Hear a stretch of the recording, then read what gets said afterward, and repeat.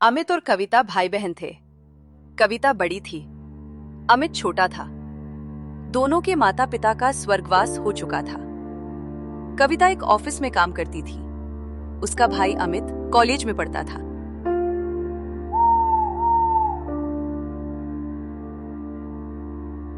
दीदी, मुझे कॉलेज की फीस देनी है।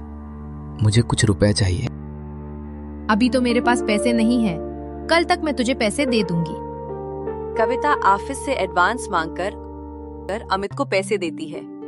वो अपने भाई को अफसर बनाना चाहती थी, इसलिए वो दिन में ऑफिस में काम करती थी और शाम को वह एक घर में बच्चों को ट्यूशन देती थी। कुछ दिन बाद अमित की पढ़ाई पूरी हो गई। दीदी, मुझे बहुत बड़ी कंपनी में मैनेजर की नौकरी मिल गई। अब तुम काम करने नहीं जाओगे? ये कहकर वो जिद करने लगा। हार कर कविता मान गई और उसने काम करना छोड़ दिया। अब वो केवल घर संभालती थी।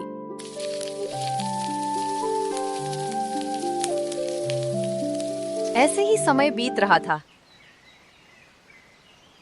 एक दिन अमित ने कहा, दीदी, चल भावना, मैं तुझसे थोड़ी देर में बात करती हूँ। मैंने कुछ रुपए जोड़ लिए हैं। अब मैं आपकी शादी करना चाहता हूँ। नहीं भाई, पहले मैं तेरी शादी करूंगी। जब घर संभालने वाली आ जाएगी तो मैं भी शादी कर लूंगी। कविता ने एक अच्छी सी लड़की देखकर अमित की शादी कर दी। अलका को भाभी के रूप में पाकर कविता बहुत खुश हो रही थी। धीरे धीरे अलका ने पूरा घर संभाल लिया।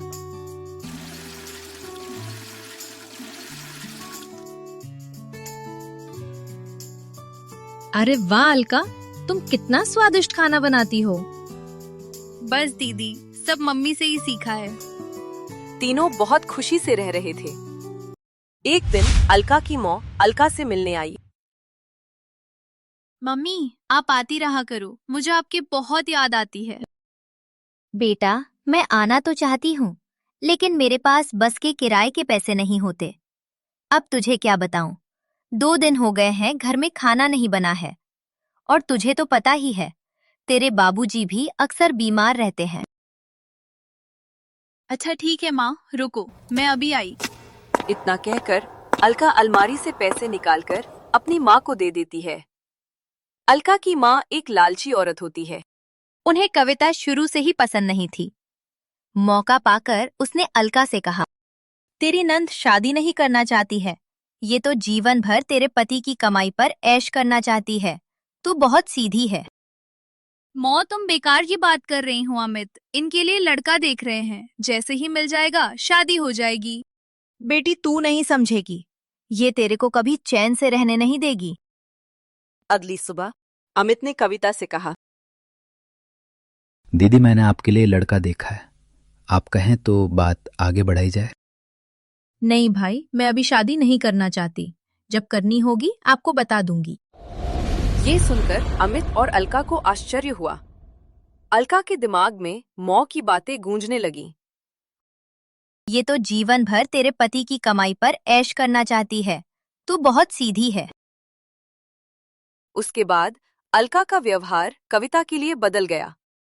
वो अमित को सामने कुछ नहीं कहती, लेकिन अमित के जाने के बाद कविता से छोटी छोटी बात पर लड़ती रहती। दीदी, आप भी कुछ काम कर लिया करो। सारा दिन ऐसे ही बैठी रहती हो और मैं ही सारा काम करती रहती हूँ। एक तो इतना बड़ा घर है, ऊपर से इतना सारा काम करते करते मैं बहुत थक जाती हूँ। हाँ अलका, तुम सही बोल रही हो। मुझे भी काम करना चाहिए। वैसे भी तुमसे पहले तो सारा काम मैं ही संभालती थी। अलका बिना कोई जवाब दिए मुंह बनाकर वहां से चली गई। एक दिन कविता कहीं गई थी कि अकेले में। अलका ने अमित से कहा, दीदी, शादी क्यों नहीं करना चाहती? कहीं ऐसा तो नहीं तुम्हारी बहन हमेशा हमारे ऊपर बोझ बनकर बैठी रहे? ये सुनकर अमित को बहुत गुस्सा आया। उसने कहा, खबरदार, मेरी दीदी के बारे में कुछ कहा तो वे जो चाहेंगी वही होगा। तुम्हें पता, उन्होंने अपना पूरा जीवन मुझे बड़ा आदमी बनाने में लगा दिया। अलका को समझ आ गया कि अमित उसकी बात कभी नहीं सुनेगा। उसने अपनी नंद को रास्ते से हटाने के लिए एक तरकीब सोची। एक दिन अलका ने कविता से कहा,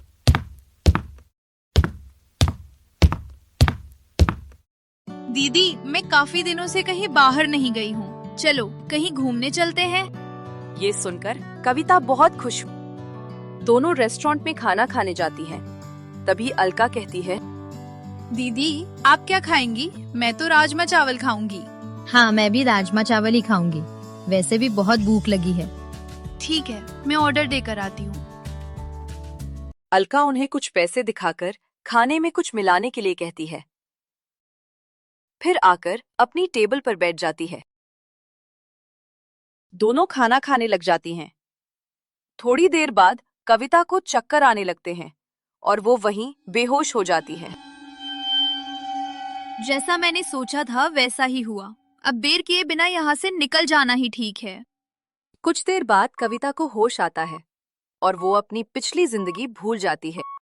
मैं कहाँ हूँ और तुम कौन हो? कविता, मैं भावना हूँ, तेरी दोस्त। क्या हुआ तुझे? तू मुझे रेस्टोरेंट में बेहोश मिली थी। किसने किया ये सब तेरे साथ? मुझे कुछ भी याद नहीं है। मैं बस यहाँ से जाना चाहती हूँ। भावना कविता को अपने घर ले आती है। शाम को जब अमित घर वापस आकर अलका से कविता के बारे में पूछता है तो अलका कहती है, दीदी तीर्थ यात्रा पर गई हैं, कुछ दिनों में वापस आ जाएगी। दीदी मुझे बगैर बताए अचानक कैसे चली गई? वह परेशान हो जाता है, लेकिन अलका उसे समझाकर शांत कर देती है। इधर भावना कविता को अपने पास रखने के लिए जिद करती है, लेकिन कविता वहां से चली जाती। काफी दिन बीत जाने पर अमित कविता को ढूंढने निकल गया। थक हार कर वह किसी पेड़ के नीचे बैठ जाती है। दीदी, तुम कहाँ हो? मैं तुम्हारे बिना नहीं रह सकता। इतने में पीछे से किसी ने अमित को आवाज लगाई, भैया, मुझे कुछ खाने के लिए दे दो। मैंने 2 दिन से कुछ भी नहीं खाया है। कविता की आवाज सुनकर अमित चौंक गया। कविता को देखकर वह रोने लगा। भैया, आप क्यों रो रहे हो? तभी वहां पर मेघना आ जाती है और वो अमित को सब कुछ बता देती है। अमित ने कविता को चलने के लिए कहा तो वह रोने लगी और जाने से मना कर दिया, लेकिन अमित जिद कर रहा था। तब कविता ने कहा, भाई, मुझे सब कुछ याद है, लेकिन मैंने जानबूझकर नाटक किया ताकि तुम और भाभी मेरे बिना खुश रह सको। भाभी को मेरा घर में रहना पसंद नहीं, इसलिए अब मैं उस घर में नहीं जाना चाहती।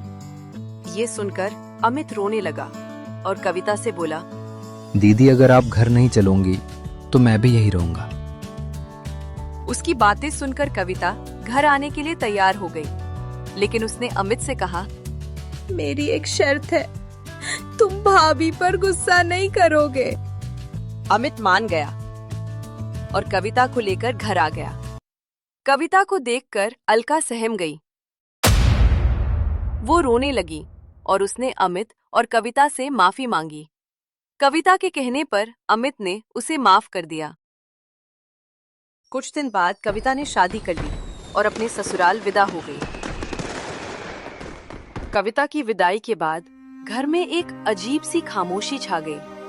अमित को पहली बार एहसास हुआ कि जिस दीदी की छाया में उसने जीवन की हर मुश्किल पार की थी, वही छाया अब उसके घर से दूर हो गई। अलका भी भीतर ही भीतर टूट चुकी थी।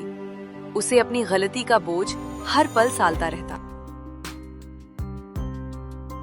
कुछ महीनों बाद त्योहार के अवसर पर कविता मायके आई। इस बार माहौल बदला बदला था। सम्मान, अपनापन और सच्चा स्नेह।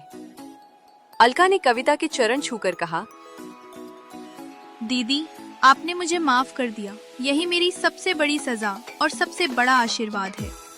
कविता मुस्कुरा दी। उसने अमित से कहा, भाई, घर रिश्तों से बनता है, शंकाओं से नहीं। जब दिल साफ हो तो हर मुश्किल रास्ता खुद आसान हो जाता है। उस दिन सबने साथ बैठकर भोजन किया। हंसी ठिठोली के बीच पुराने घाव भरते चले गए। कविता मन से हल्की थी, क्योंकि उसने न केवल रिश्ते बचाए थे, बल्कि उन्हें और मजबूत कर दिया था।